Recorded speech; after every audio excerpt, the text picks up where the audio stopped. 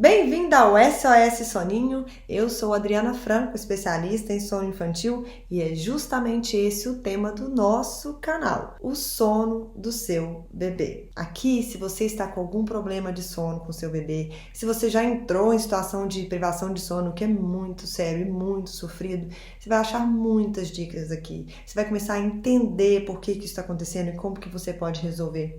Se você ainda está grávida e está querendo se informar melhor sobre o que vem pela frente a respeito do sono do seu bebê, como criar bons hábitos de sono, como evitar os maus hábitos de sono e assim garantir que você tenha mais chances de ter boas noites de sono pela frente durante a maternidade, aqui você vai achar esse tipo de informação. Então, hoje o assunto vai ser terror noturno e pesadelo. Vamos falar sobre a diferença entre as duas coisas, como agir em cada uma, dessas duas situações. Mas antes disso, não se esqueça de inscrever-se no canal, ativar o sininho das notificações, assim você sempre vai ser informado de quando tiver conteúdo novo aqui no canal. Terror noturno e pesadelo. São duas coisas bem diferentes e que causam muita confusão entre as pessoas.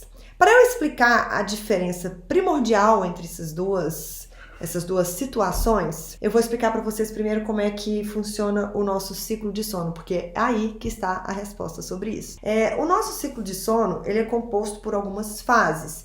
Dentre elas, a gente tem o sono não REM e o sono REM. REM significa Rapid Eye Movement, ou movimento rápido dos olhos. Durante o sono REM, é quando a gente vê, sabe quando você está dormindo, que você fica vendo, a pessoa está dormindo e você fica vendo o globo, né, o ocular dela mexendo? Isso é um sinal de que ela está nessa fase do sono REM. Durante essa fase, a gente está dormindo, porém, de forma leiga, ele é um sono um pouco mais leve, do qual você pode ser mais facilmente despertado e durante o qual você tem mais atividade cerebral. Você está tendo mais atividade cerebral do que comparado ao sono não REM. E é durante a fase do sono REM que a gente sonha. Durante o sono não REM, a gente está com atividade cerebral bem mais baixa e a gente não sonha durante o sono não REM.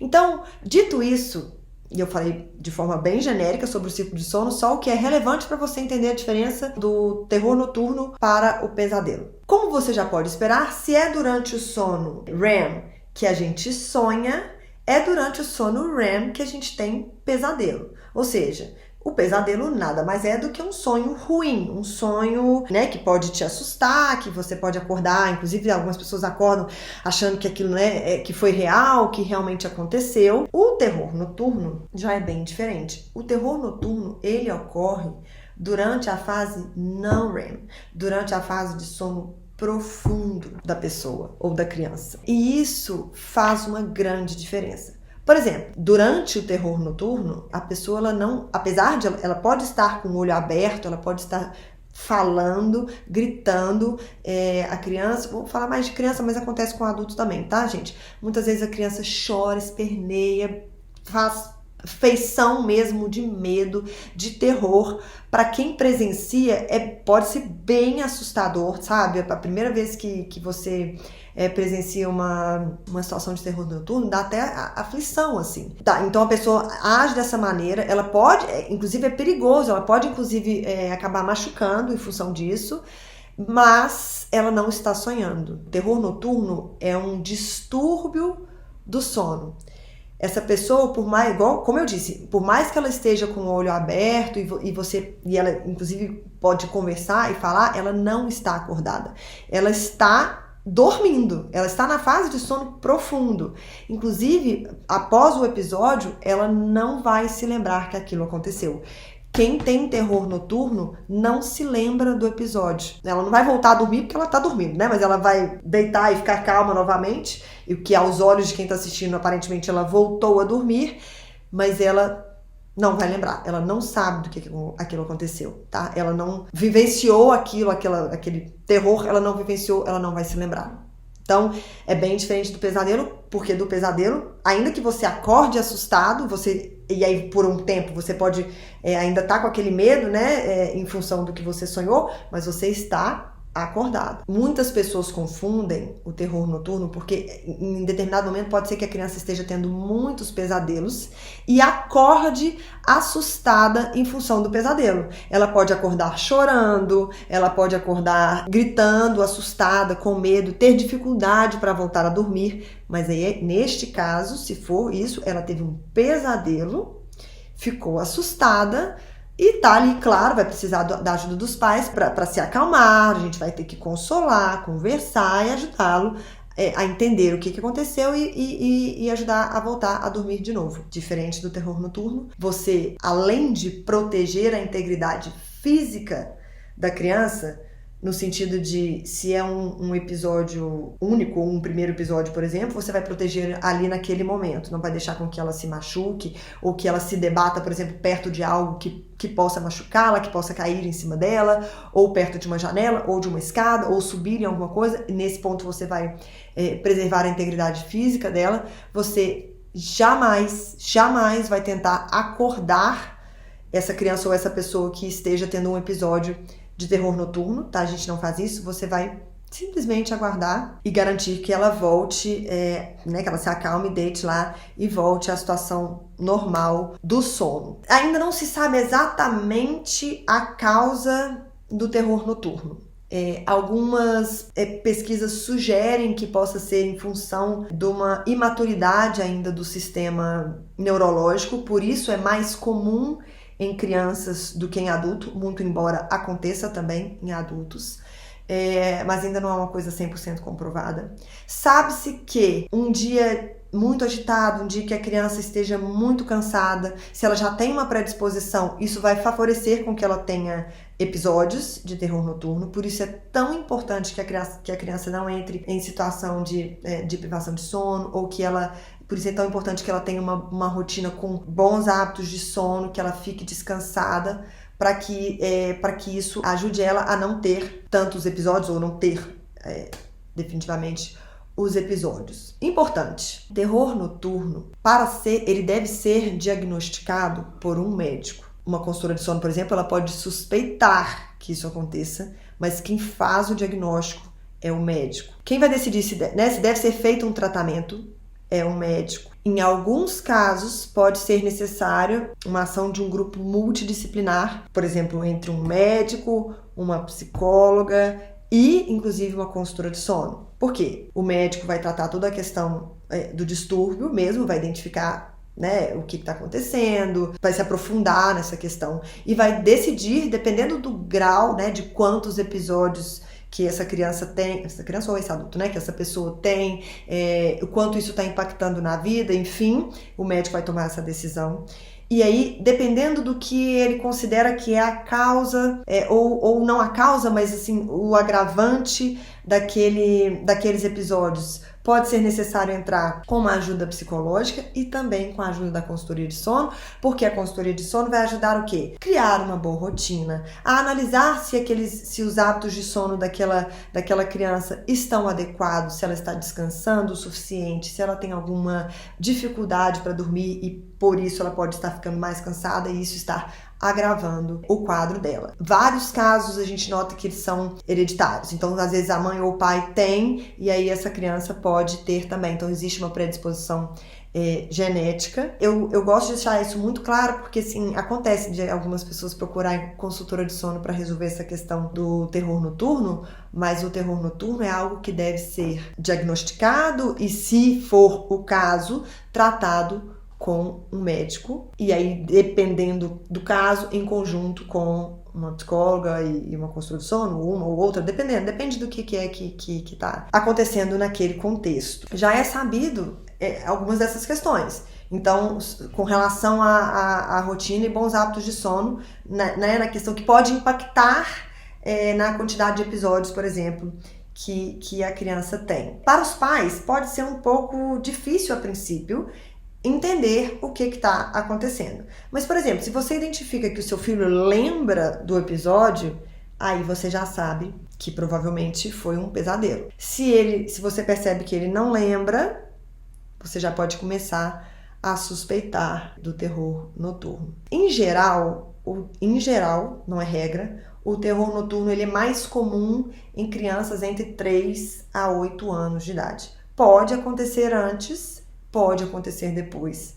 É comum que isso vá melhorando à medida que a criança vai crescendo, amadurecendo. Por isso, é menos comum em adultos. Então, assim, alguns adultos continuam tendo episódios, mas outros não, deixam aquilo lá na infância. Por isso até essa questão dessa suspeita de que tenha realmente a ver com a maturidade do sistema neurológico. É muito importante que você se mantenha calmo e tranquilo durante o episódio, tá? Porque como é uma situação um pouco difícil de ver, as pessoas podem criar um pânico, mas você tem que respirar fundo. É bom entender o que está acontecendo. Então, assim, quando eu explico, é justamente para isso, para a pessoa saber o que está acontecendo.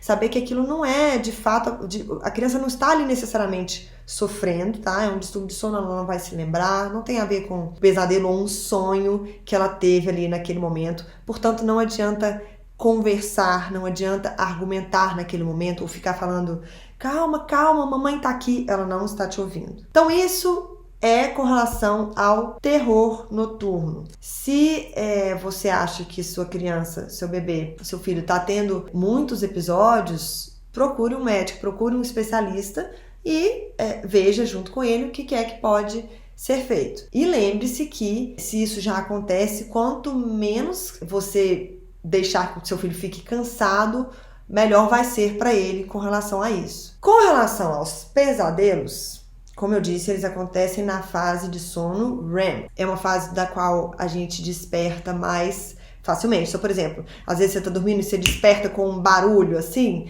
muito provavelmente você já estava na fase do sono REM.